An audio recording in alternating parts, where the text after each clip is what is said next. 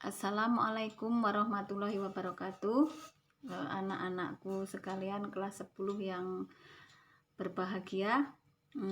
Sebelumnya Bu Guru ucapkan selamat bergabung di SMA Negeri 1 Waru Tercinta ini.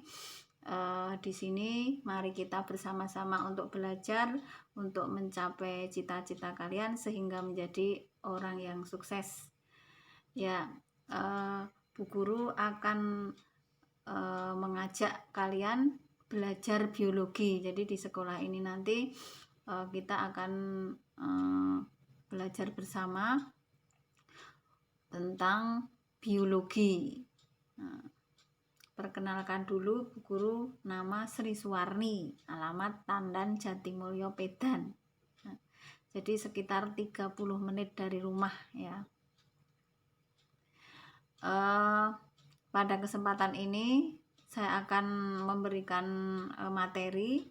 Yang pertama itu tentang ruang lingkup biologi, tapi sebelumnya akan saya bacakan dulu mengenai materi yang akan kita pelajari di semester 1. Materi yang pertama itu nanti ruang lingkup biologi. Kemudian yang kedua itu tentang keanekaragaman hayati dan klasifikasi makhluk hidup. Kemudian yang ketiga tentang virus, keempat bakteri, kelima tentang protista. Jadi ada 5 bab ya. Baiklah, untuk yang bab pertama itu tentang ruang lingkup biologi ya. Ruang lingkup biologi yang tujuan pembelajarannya ini tentang menjelaskan karakteristik umum sains atau ilmu biologi, menjelaskan kegiatan yang berkaitan dengan biologi, menjelaskan ruang lingkup biologi, menunjukkan kedudukan dan karakteristik biologi dengan ilmu lain, kemudian bisa membuat laporan hasil pengamatan, memberikan contoh manfaat mempelajari biologi, memberikan contoh dampak negatif akibat berkembangnya ilmu biologi, menjelaskan pentingnya iptek dalam perkembangan biologi ya. Nah, lanjut, yang berikutnya adalah karakteristik umum sains.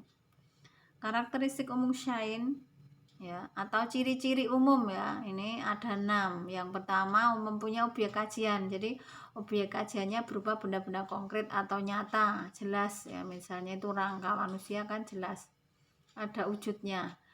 Kemudian dikembangkan berdasarkan pengalaman empiris ya, nyata, ini juga pengalaman yang nyata, menggunakan cara berpikir logis dari umum ke khusus dan dari khusus ke umum.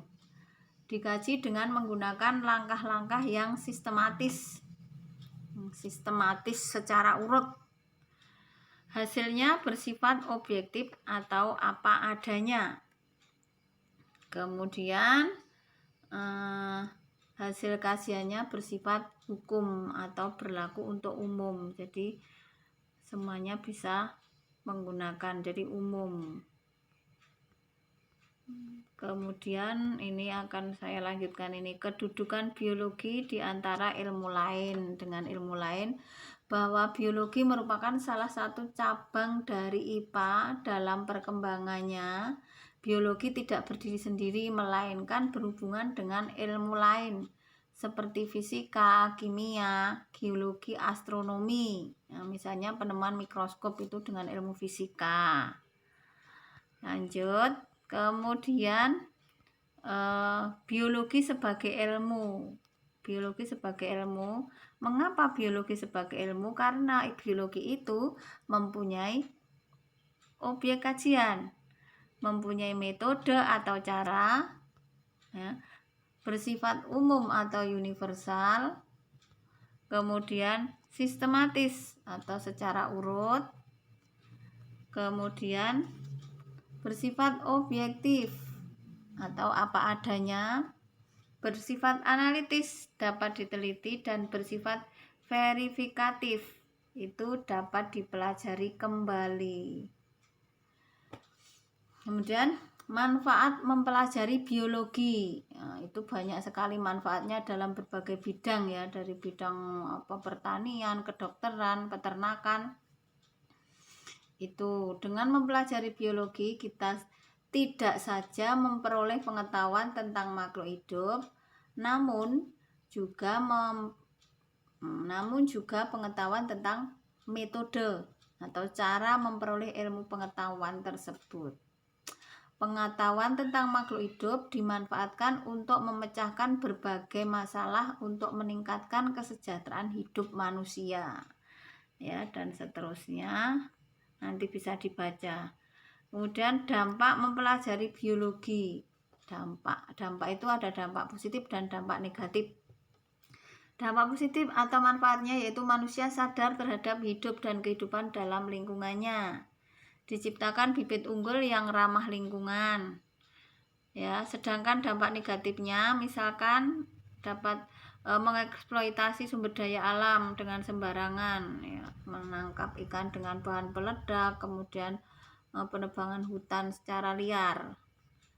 Terus kemudian penggunaan bibit unggul dengan pestisida yang berlebihan akan berdampak pada biodiversitas atau keanekaragaman hayati. Ya, itu berikutnya. Ini nanti kita bahas habis manfaat biologi. Ini lanjut saja mengenai tingkatan organisasi kehidupan dalam ekosistem. Ya. Tingkatan organisasi kehidupan dalam ekosistem. Pada biologi tingkatan yang paling awal atau paling pertama itu adalah sel, tetapi harus tahu sel itu berasal dari apa. Itu dari susunan banyak molekul, dari molekul glukosa, ya, molekul ada karbohidrat, lemak dan protein nanti akan menyusun suatu organel sel. Nah, apakah sel itu? Sel adalah satuan unit terkecil dari makhluk hidup. Misalnya pada sel darah merah, ya, sel epitelium, sel, ya, kalau pada tumbuhan itu pada sel bawang merah itu kalau kita lihat itu ada gambar sel yang berbentuk seperti susunan ubin, batu bata itu, ya, yang berjajar-jajar itu. Di dalamnya ada organel sel. Nah, sel-sel itu tidak hanya satu, kumpulan dari beberapa sel akan membentuk jaringan.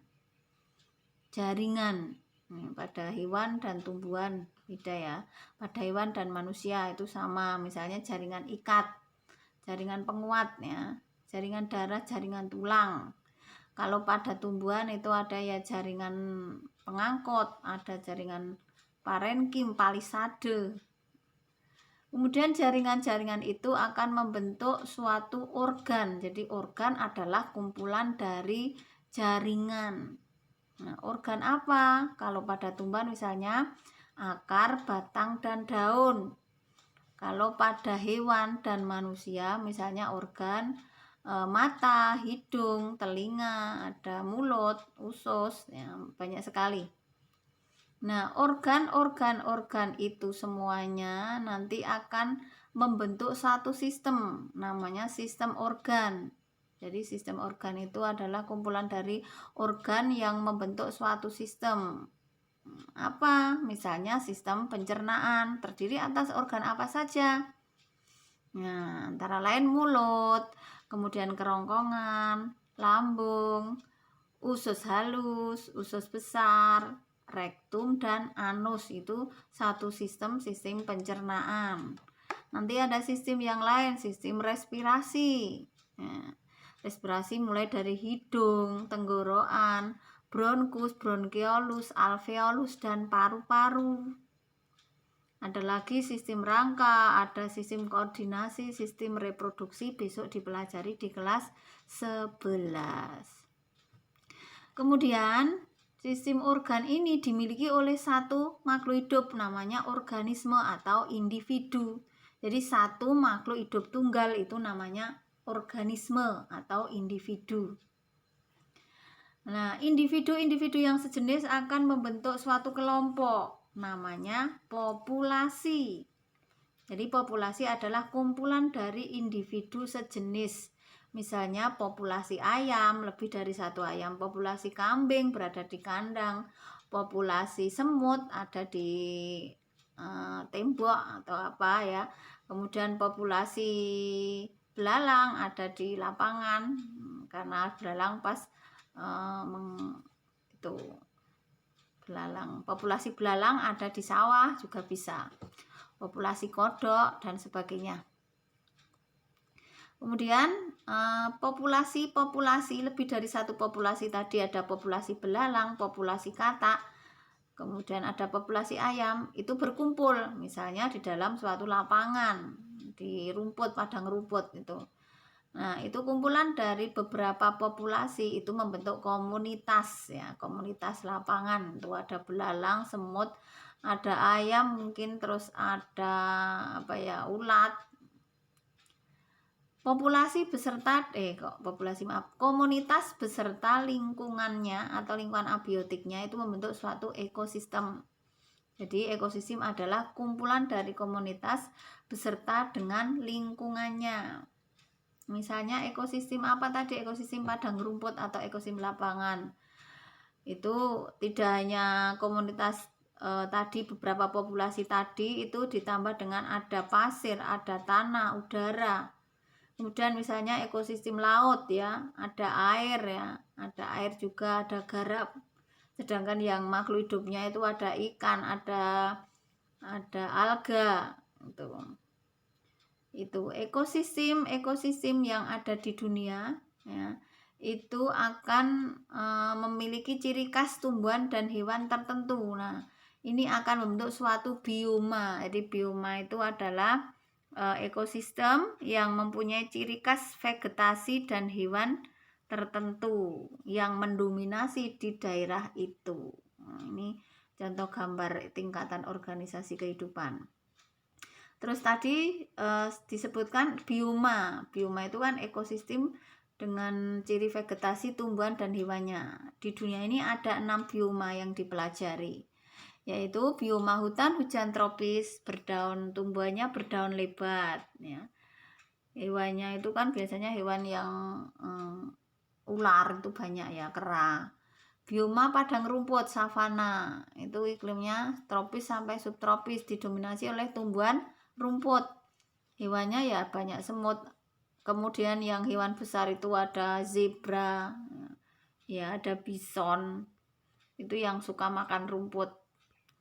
Kemudian bioma hutan gugur, tumbuhannya itu berdaun lebar, misalnya jati ya, iklim subtropis. Itu tuh banyak sekali tumbuh-tumbuhannya yang berdaun lebar, otomatis hewannya juga khas ya, termasuk ulat itu banyak, termasuk hewan-hewan yang suka makan daun-daun jati. Bioma gurun pasir didominasi oleh tumbuhan berdaun tebal dan berduri, iklimnya panas, misalnya di padang rumput. Itu hewannya onta, jelas itu yang banyak ya. Terus kemudian nanti ada beberapa macam hewan pengerat. Terus bioma taiga, itu tumbuhannya berdaun jarum, pinus, cemara, iklimnya dingin di kutub utara. Itu. Kemudian bioma tundra. Bioma tundra itu ciri khasnya tumbuhan lumut, iklimnya dingin. Ini termasuk beruang kutub itu. Ya, mungkin ini sampai ini untuk mempelajari tentang ruang lingkup biologi. Untuk metode ilmiahnya nanti akan kita bahas selanjutnya. Ya, sekian, terima kasih. Wassalamualaikum warahmatullahi wabarakatuh.